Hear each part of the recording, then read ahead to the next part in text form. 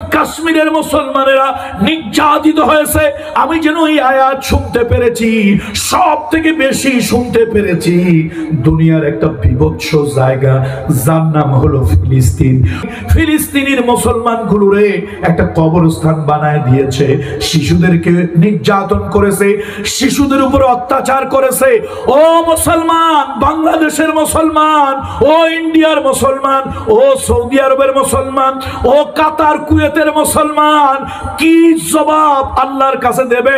ওয়ামা লাকুম লা তুকাতিলুনা ফি সাবিলিল্লাহি ওয়াল মুস্তাদআফিনা মিনার রিজাল ওয়ান নিসাই ওয়াল বিলদান। তোমরা কেন লড়াই করো না? কেন তোমরা সংগ্রাম করো না? কেন তোমরা জিহাদ করো না? ওই নির্যাতিত মানুষগুলোই, ওই নারীদের জন্য, ওই পুরুষদের জন্য, ওই শিশুদের জন্য, যারা আকাশের দিকে দুইখানা হাত তুলে আল্লাহর কাছে ফরিয়াদ করে, রব্বানা আখরিজনা মিন হাদিহিল ক্বরিয়াতিজ যালিমি আহলুহা। আয় আল্লাহ তাআলা, যেই জনপদে আমাদের উপরে নির্যাতন চলতেছে, যেই জনপদে আমাদের উপরে অত্যাচার চলতেছে, আল্লাহ তোমার পক্ষ থেকে দুনিয়ার মুসলমানদেরকে সাহায্যকারী শক্তি হিসেবে পাঠিয়ে দাও, তারা যেন আমাদেরকে সাহায্য করে, আমাদেরকে যেন উদ্ধার করে। কিন্তু দুর্ভাগ্য, দুনিয়ার মুসলমান এখন ভোগ বিলাসে মেতে উঠেছে, দুনিয়ার মুসলমান বাড়ি গাড়ির প্রতি মেতে উঠেছে, দুনিয়ার মুসলমান টাকা পয়সার জন্য মেতে উঠেছে, দুনিয়ার মুসলমান ক্ষমতার লোভে অন্ধ হয়ে গেছে। ওই নির্যাতিত মানুষগুলো, তাদের কান্না মুসলমানের কানে যায় না।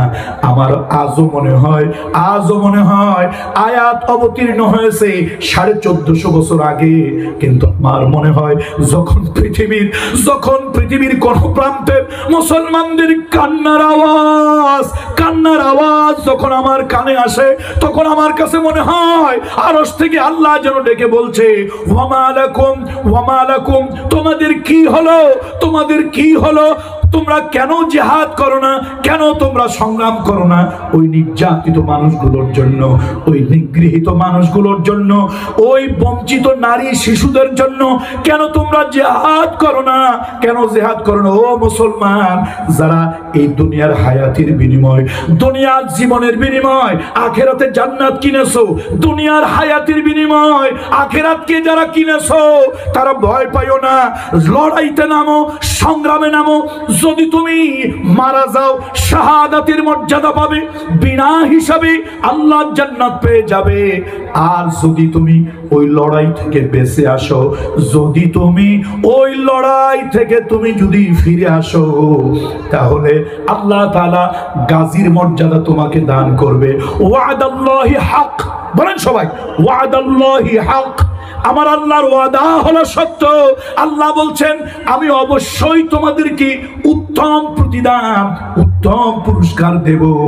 এই দুনিয়াতেও দেব, আখিরাতেও দেব। দুনিয়ায় দেব ইজ্জত, সম্মান, শান্তি, দুনিয়ায় দেব।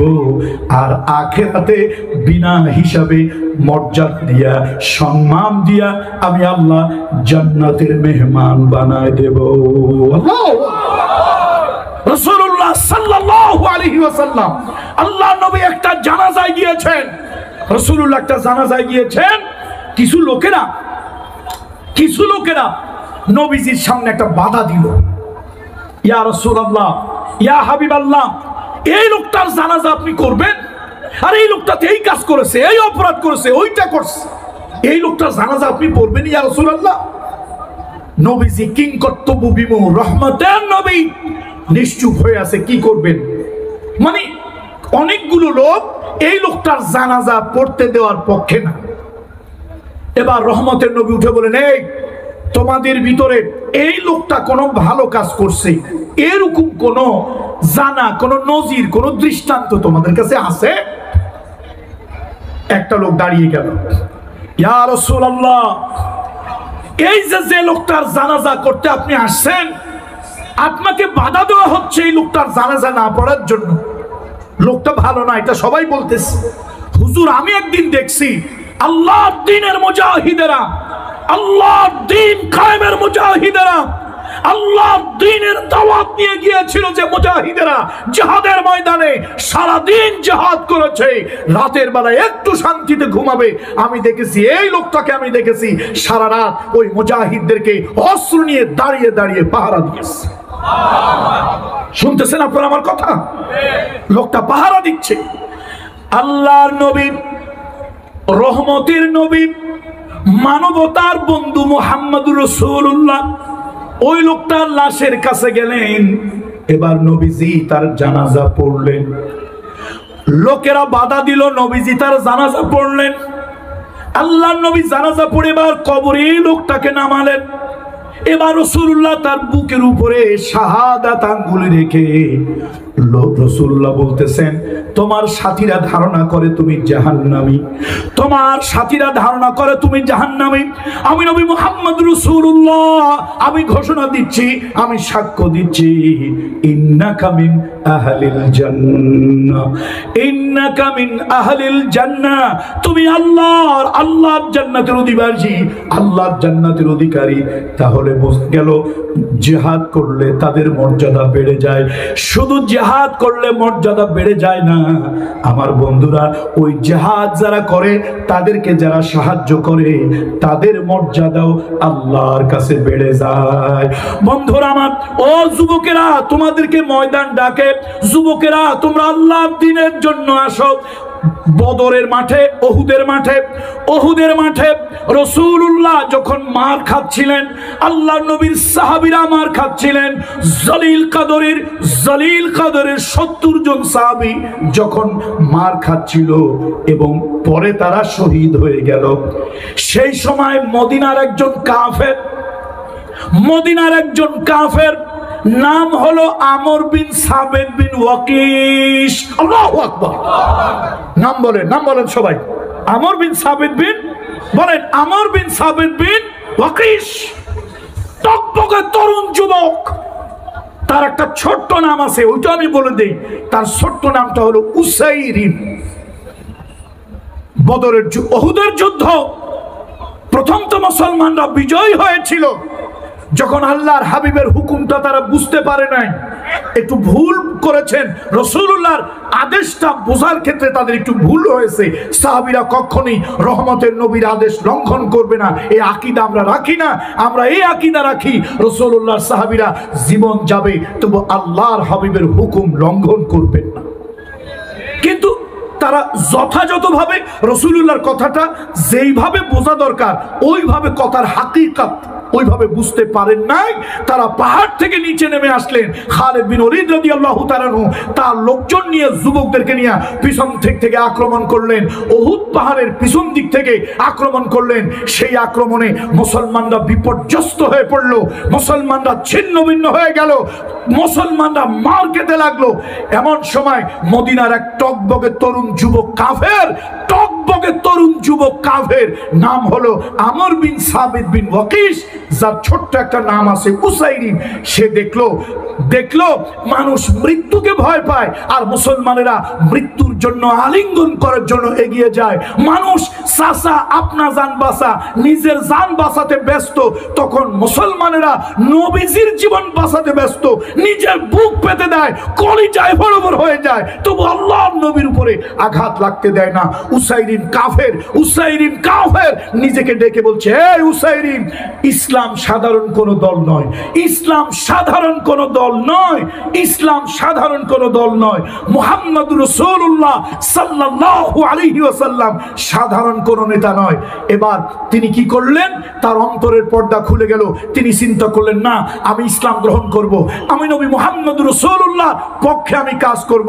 এই চিন্তা করে উসাইরিন বাড়ি চলে গেল, যুদ্ধের পোশাক পরলো, তরবারি নিল, ঢাল নিল, এবার দ্রুতগামী ঘোড়া নিয়ে উসাইরিন ময়দানে চলে আসলো। যুদ্ধে যখন নামবে, হঠাৎ তার মনে হলো আমি কি মুসলমান না মুশরিক, মুমিন না কাফের। তিনি আকাশের দিকে তাকিয়ে বলেন, হে আরশের মালিক, আমি তোমার উলুহিয়াত, তোমার রুবুবিয়াত আমি মেনে নিলাম, তোমার নবী মুহাম্মদ রাসূলুল্লাহ নবুয়ত আমি মেনে নিলাম। এখন দুঃসময়, এই সময় নবীর পক্ষে, নবীকে সাহায্য করার জন্য এই জিহাদে আমি নামতেছি। যদি আমি মরে যাই, আমি ঈমান এনেছি, এই কথাটা তুমি রাসূলুল্লাহকে জানিয়ে দেবে, আর না হলে আমাকে ঈমানের ঘোষণা দেওয়ার সুযোগ দেবে। এই বলে ওই আমর বিন সাবিত বিন ওয়াকিস জিহাদের ময়দানে, উহুদের ময়দানে নেমে গেলেন। প্রাণপণ যুদ্ধ হলো, সেই যুদ্ধে তিনি শাহাদাত বরণ করলেন। অনেক লম্বা ঘটনা, লম্বা ইতিহাস, সেদিকে আমি যাব না। আপনারা জানেন, আমরা জানি, রাসূলুল্লাহ যখন একটু সুস্থ হলো, হাবিবে কিবরিয়া রহমতের নবীকে বলা হলো, ইয়া রাসূলুল্লাহ, এখন আমরা কি করব? মৃত্যুর মিছিল, শাহাদাতের মিছিল। নবীজি কাঁদতেছেন আর বলতেছেন, যারা আহত হয়েছে আগে তাদেরকে চিকিৎসা দেওয়ার ব্যবস্থা করো, যারা শহীদ হয়েছে তাদেরকে এক জায়গায় করো, আমি শহীদদেরকে উহুদের মাঠে মাটি দেব, এই রক্তমাখা জামা কাপড় নিয়েই তাদেরকে মাটি দেব। কিয়ামতের ময়দানে তারা এটা উঠবে আর সব শহীদের সর্দার হবে আমার চাচা সাইয়্যিদুশ শুহাদা আমির হামজা রাদিয়াল্লাহু তাআলা। সাহাবীরা এবার কাজে লেগে গেল। যারা আহত হয়েছে, হাত ভেঙেছে, পাও কেটেছে, চোখ নষ্ট হয়েছে, তাদেরকে আলাদা করা হচ্ছিল। আর শহীদ যারা হয়েছে তাদেরকে আলাদা করা হচ্ছে। এমন সময় সাহাবীরা চিৎকার দিয়ে উঠলো যে একজন কাফেরের লাশ আমাদের ভিতরে। কে কাফের? কয় যে আমর বিন সাবিত বিন ওয়াকিস, এই যুবক তো কাফের, মুশরিক, তার লাশটা এখানে কেমনে আসলো? এই লাশটা যখন ফেলে দেবে, হঠাৎ দেখতেছে এই আমর বিন সাবিত বিন ওয়াকিসের ঠোঁট দুইটা নড়তেছে। যুবক বন্ধুরা ভালো করে শোনো, কিশোর বন্ধুরা ভালো করে শোনো, এই যুবকের, এই কিশোরের ঠোঁটটা ভালো করে নড়তেছে। একজন সাহাবী তার এই মৃতদেহের সামনে এই ঠোঁটের কাছে গেল, কানটা লাগাইলো, ও আমর বিন সাবিত বিন ওয়াকিস, তুমি না কাফের? এখানে কেন এলো? কয় আমি কাফের ছিলাম, তবে রাসূলুল্লাহ এই দুঃসময় দেখে জিহাদের ময়দানে আল্লাহর নবীর সাহায্যের জন্য আমি নেমেছি। শোনো, আনুষ্ঠানিক কালেমা আমি পড়তে পারি নাই, আনুষ্ঠানিক তাওহীদ ঘোষণা আমি দিতে পারি নাই, কিন্তু মনে মনে তাওহীদকে মেনে নিয়েছি, আল্লাহ তাআলার রুবুবিয়তকে মেনে নিয়েছি, মুহাম্মদ রাসূলুল্লাহ নবুয়তকে মেনে নিয়েছি। নবীজির দুর্দিনে, রাসূলুল্লাহর দুঃসময়ে, ইসলামের দুঃসময়ে আমি জিহাদের ময়দানে নেমেছিলাম। নবীকে জানাই দিও আমার রূহটা এখন বের হয়ে যাবে, নবীকে জানাই দিও আমি কিন্তু কাফের না। আল্লাহ নবীর কাছে জানানো হলো। উসাইরিম এই কথা বলতে বলতে দুনিয়া থেকে বিদায় হয়ে গেল। রাসূলুল্লাহর কাছে যখন জানানো হলো আল্লাহর নবী দুর্বল, আল্লাহর নবী হাঁটতে পারেন না, আল্লাহর নবী দাঁড়াতে পারেন না, নবীজির প্রচুর রক্তক্ষরণ হয়েছে, আল্লাহর হাবিবে কিবরিয়া বড় দুর্বল। এমত অবস্থায় দুজন সাহাবীর কাঁধের উপরে ভর দিয়া রাসূলুল্লাহ ওই লাশের কাছে গেলেন।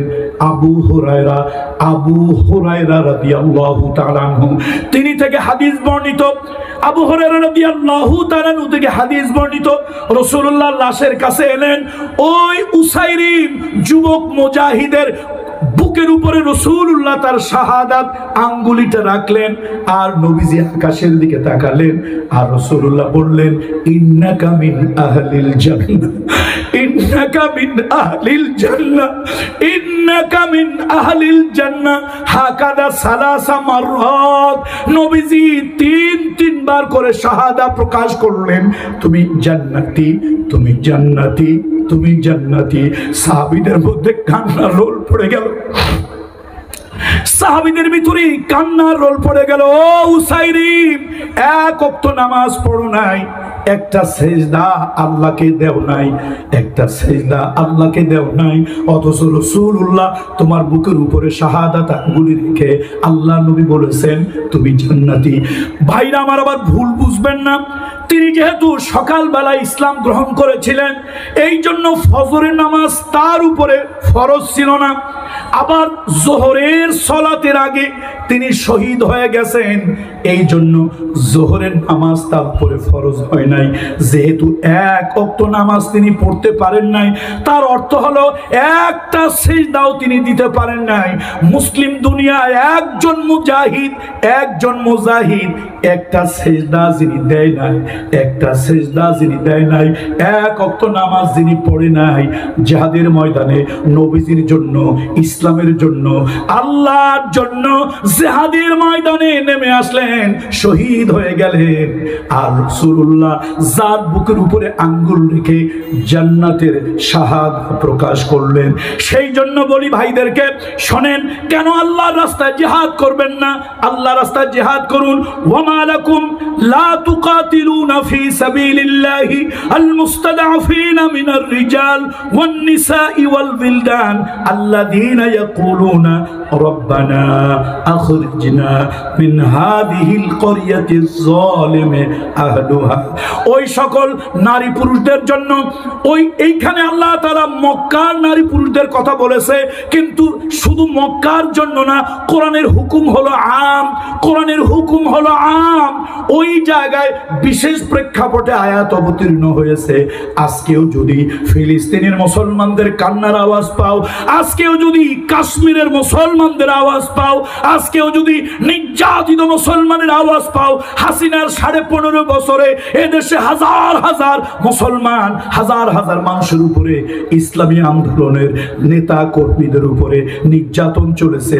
রিমান্ড নিয়ে আঙ্গুলে নখ তুলে ফেলেছে, রিমান্ডে নিয়ে হাত পায়ে ডান্ডা বেরি দিয়া কঠিন নির্যাতন করেছে, চিৎকার কান্নার আওয়াজ শোনা গেছে। তোমরা মুসলমানেরা, মুনাফিক কিছু মুসলমান, মিষ্টি খাওয়া মুসলমান, আগ্নি বিরিয়ানি খাওয়া মুসলমান, ওই মুনাফিক গুলি কথা বলে নাই। আমি জামাত ইসলামের কথা বলবো না, হেফাজত ইসলামের কথাও বলবো। হেফাজতের লোকেরা আমাদের ভাই, জামাতের লোকেরা আমাদের ভাই, কওমি মাদ্রাসা আমার ভাই, আলিয়া মাদ্রাসা আমার ভাই। ও টুপিওয়ালা, তোমাদের উপরে জালিমেরা যখন জুলুম করে, তখন জামাত, হেফাজত আর তারা আলিয়া কওমি দেখে না, তারা সব সময় আলেমদেরকে টার্গেট করে। জোরে বলেন ঠিক কিনা? সুতরাং দীর্ঘ 15.5 বছর আমাদের উপরে নির্যাতনের স্টিম রুলার চালানো হয়েছে। আর কিছু আগ্নি বিরিয়ানি খাওয়া, জিলাপি খাওয়া, ওই কিছু মিষ্টি খাওয়া মুসলমান, তথাকথিত মুনাফিক মার্কা মুসলমান, এই কান্নার আওয়াজগুলি তাদের কানের ভিতরে যায়। এই জালিমদেরকে আল্লাহ কি বলতেছেন শোনেন। আলোচনা আমার শেষ। আল্লাহ তাআলা পরবর্তীতে আয়াতে তাদের পরিচয়টা আল্লাহ তাআলা দিচ্ছেন। আল্লাযীনা আমানু ইউকাতিলুনা ফি সাবিলিল্লাহ। যারা নাকি মুসলমান ইমানদার, তারা আন্দোলন করে, সংগ্রাম করে, রিভলিউশন করে আল্লাহর রাস্তায়। ওয়াল্লাযীনা কাফারু, আর যারা নাকি অবিশ্বাসী, ইউকাতিলুনা ফি সাবিলিত তাগুত, তারা তাগুতের রাস্তায় আন্দোলন করে, সংগ্রাম করে, জিহাদ করে, লড়াই করে। আমি বলি না, কামরুল ইসলাম সাঈদ বলে না, আমি যদি মিথ্যা ব্যাখ্যা করি আমার জিহ্বাটা কেটে দাও, আমি যদি মিথ্যা ব্যাখ্যা করি আমার কণ্ঠ স্তব্ধ করে দাও। আমি বলি না, আমার আল্লাহর কোরআন বলে, যারা নাকি ঈমানদার তারা আন্দোলন করে, সংগ্রাম করে, জিহাদ করে, তারা সব করে আল্লাহর রাস্তায়। কত ঠিক কিনা বলেন? এ মুসলমান, ভালো করে শুনে নাও, যারা আল্লাহর রাস্তায় নয়, নেতার আদর্শ, নেত্রীর আদর্শ বাস্তবায়ন করার জন্য, এই দল ওই দলের আদর্শ বাস্তবায়নের জন্য যারা লড়াই করো, আল্লাহর কসম, আল্লাহর কোরআনের ঘোষণা তাদেরকে দিয়ে গেলাম। ভালো করে শোনো, আমার আল্লাহর আরশের ফয়সালা। যারা নাকি আন্দোলন করে, সংগ্রাম করে আল্লাহর রাস্তায়, ওরা মুমিন। বলেন ওরা কি? জোরে বলেন ওরা কি? আর যারা গায়রুল্লাহ, এ মুসলমান, স্লোগানের সময় নাই, যারা গায়রুল্লাহ আর তাগুতের পক্ষে আন্দোলন করে, এই নেতার মতবাদ, ওই নেতার মতবাদ, এই দলের মতবাদ, ওই দলের মতবাদ, শুক্রবার দিনে আসলে মসজিদে মুসল্লির অভাব হয় না, কিন্তু আল্লাহর হকের পক্ষে, দ্বীনের পক্ষে, রাসূলের পক্ষে, আলেম ওলামার পক্ষে কথা বলার দরকার হলে একটা মুসলমান খুঁজে পাওয়া যায়। সুতরাং আসুন, ফয়সালা আল্লাহ করে দিয়েছে। কামরুল ইসলাম সাইদ আনসারীর বাবার ক্ষমতা নাই ফয়সালা করে দেওয়ার, ফয়সালা আল্লাহ করেছে। যারা নাকি ইসলাম বিরোধী কাফের অস্বীকারী, ওরা আন্দোলন করে, সমাজতন্ত্রের আন্দোলন, জাতীয়তাবাদের আন্দোলন, ধর্মনিরপেক্ষতাবাদের আন্দোলন, এই মতবাদ সেই মতবাদের আন্দোলন করে। আল্লাহ কয় ওরা আমার রাস্তায় করে না। আর যারা মুমিন তারা আন্দোলন করে, সংগ্রাম করে আমি আল্লাহর দ্বীনকে বাস্তবায়ন করার জন্য। এখন আল্লাহ কি বলতেছে? এবার আল্লাহ তাআলা বলেন فقاتلوا أولياء الشيطان إن كيد الشيطان كان ضعيفا। ভয় পাইও না, মোদিদের হাক ডাক যতই হোক ভয় পাইও না আমার ভাইরা। ওই বাতিল তাগুতের হাক ডাক যতই হোক ভয় পাইও না। নেতানিয়াহুর হাক ডাক যতই হোক ভয় পাইও না। আল্লাহ তাআলা বলেন শোনো, ভয় পাইও না। তা কেন ভয় পাবে না? ইন্না কাইদাশ শাইতানি কানা দাঈফা। এই শয়তানের সেলা চামুন্ডা যারা, এই শয়তানের নেতা যারা, শয়তানের নেত্রী যারা, ওরা আসলে দুর্বল। আল্লাহ কয় খবরদার ওদেরকে ভয় পাইও না। ফাকাতিলু আউলিয়া আশ-শাইতান। এই শয়তানদের নেতাদেরকে সাইজ করো, ওদের বিরুদ্ধে লড়াই করো, ওদের বিরুদ্ধে আন্দোলন করো, ওদের বিরুদ্ধে জিহাদ করো, ওদের বিরুদ্ধে প্রতিবাদ করো, ওদের বিরুদ্ধে প্রতিরোধ করো। ভয় পাইও না। ইন্না কাইদাশ শাইতানি কানা দাঈফা। আল্লাহু আকবার। তাহলে কোন সূরা থেকে আমরা আজকে আলোচনা করলাম? সূরা নিসা 4 নম্বর সূরা। কত নম্বর রুকু? 10 নম্বর রুকু। কত নম্বর আয়াত আমাকে দেওয়া হয়েছিল? ৭৪, ৭৫, ৭৬ এই আয়াত আমাকে দেওয়া হয়েছিল। সেই আয়াতের উপরে, আয়াতে কারিমার উপরে কথা বললাম। রাসূলুল্লাহ অনেক নির্যাতন জুলুমের শিকার হয়ে জালিমদের অত্যাচারে টিকতে না পেরে মক্কা থেকে হিজরত করে মদিনায় আসলেন। কিছু মুসলমানদেরকে রাসূলুল্লাহ মানবিক কারণে, কিছু জানোয়ারের বাচ্চা আছে ওরা ইসলামের ভিতরে মানবিকতা পায় না। ওগুলা মানুষের বাচ্চা না জানোয়ারের বাচ্চা?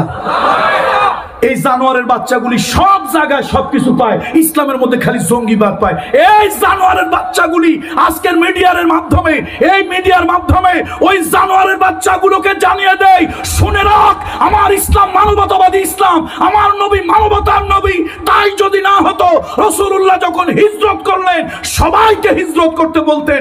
রাসূলুল্লাহ অনেক বুড়া মা বাপের কারণে, মানবিক কারণে অনেক নতুন মুসলমানকে নবীজি হিজরত করতে দেন নাই। যদি ইসলামটা জঙ্গিবাদ হতো, নির্দয় হতো, নিষ্ঠুর হতো, অমানবিক হতো, তাহলে রাসূলুল্লাহ বলতেন বাপ মা মরে যাক, গলে যাক, পচে যাক, জাহান্নামে যাক, তোমার দেখা দরকার নাই, সবাই হিজরত করো। রাসূলুল্লাহ কিন্তু তা বলেন নাই। চিৎকার করে বলেন আল্লাহু আকবার, আল্লাহু আকবার। আমার নবী মা বাপকে, মানবতাকে কত বড় প্রাধান্য দিলেন।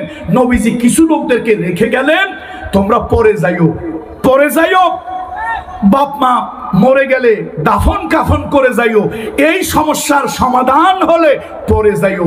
এরকম কিছু মানবিক কারণে কিছু লোকদেরকে রেখে গেলেন। আর কিছু লোকেরা নিজেদের নানাবিধ সমস্যার কারণে, বাস্তবিক কারণেই তারা হিজরত করতে পারলেন না। রাসূলুল্লাহ মদিনায় গিয়ে একটা ইসলামী স্টেট কায়েম করলেন। আবু জাহেলের গোষ্ঠী, তাদের অন্তর জ্বালা শুরু হইল। আবু জাহেলের গোষ্ঠীর অন্তর জ্বালা শুরু হলো। যখন ইসলামের ভালো কিছু হয় তখনই ওরা ইসলামপন্থী লোকদের উপর অত্যাচার নির্যাতন করে। কথা ঠিক কিনা বলেন?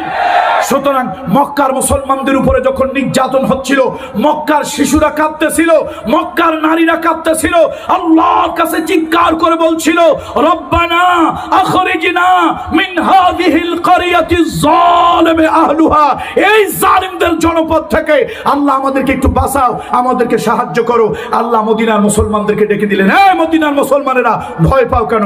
ভয় পাইও না। যদি আমার রাস্তায় মরে যাও, সত্যের পক্ষে কথা বলতে গিয়ে, এই মানুষগুলোর উদ্ধার করতে গিয়ে, এই মানবতার জন্য তুমি যদি জিহাদের ময়দানে নামো, আর যদি শহীদ হয়ে যাও আমি আল্লাহ তোমাকে শাহাদাতের মর্যাদা দান করব। আর যদি তুমি বেঁচে ফিরে আসো গাজীর মর্যাদা দেব। শুধু আখেরাতেই পুরস্কার দেব না, এই দুনিয়ায় অতি শীঘ্রই আমি আল্লাহ তাআলা তোমাদেরকে উত্তম পুরস্কার দেব। বলুন সুবহানাল্লাহ। উত্তম পুরস্কার আমি আল্লাহ তাআলা তোমাদেরকে দেব। ৭৪ নম্বর আয়াতে আল্লাহ নিজেই বলেছেন, আও ইয়াগলিব ফাসাউফা নুতিহি আজরান আযীমা। তোমরা যদি বিজয়ী হও অথবা শহীদ হও অথবা বিজয়ী হও, আমি আল্লাহ তাআলা ফাসাউফা নুতিহি, আমি তাদেরকে দেব আজরান আযীমা, উত্তম পুরস্কার, উত্তম প্রতিদান, উত্তম বিনিময় আমি আল্লাহ তাআলা তাদেরকে দেব। সুতরাং ভয় পাবেন না, ভয় পাবেন না, ভয়ের কোনো কারণ নাই। মুহাম্মদ বিন কাসিম 17 বছরের বালক মুহাম্মদ বিন কাসিম যখন সিন্ধু বিজয়ের জন্য গিয়েছিল, তিনি দেবিউল বন্দরে জাহাজকে ডুবিয়ে দিয়েছিলেন আর বলেছিলেন, হে মুসলমানেরা ভয় পেও না, ভয় পেও না, যদি আমরা মরে যাই শহীদ হব, যদি বেঁচে থাকি গাজী হব, ভয় পেও না। আল্লাহর মেহেরবানি, সেই জায়গায় মুসলমানরা বিজয় হয়েছিল। আল্লাহ তাআলা আজকের এই মাহফিলটাকে কবুল করুন, আজকের এই মাহফিলটাকে আল্লাহ তাআলা কবুল করুন। আমার স্নেহের আমির হামজা, তিনি আমাদের অগ্রজ, আমাদের অনুজ, আমাদের স্নেহের, আমি তাকে হৃদয় থেকে ভালোবাসি, দোয়া করি আল্লাহ তাআলা তাকে ভালো রাখুন। আমার সাথে আপনাদের আবার দেখা হবে কোনো জনপদে, কোনো মাহফিলে দেখা হবে। আমার সুস্থতার জন্য দোয়া করবেন। হাদা মা ইনদি।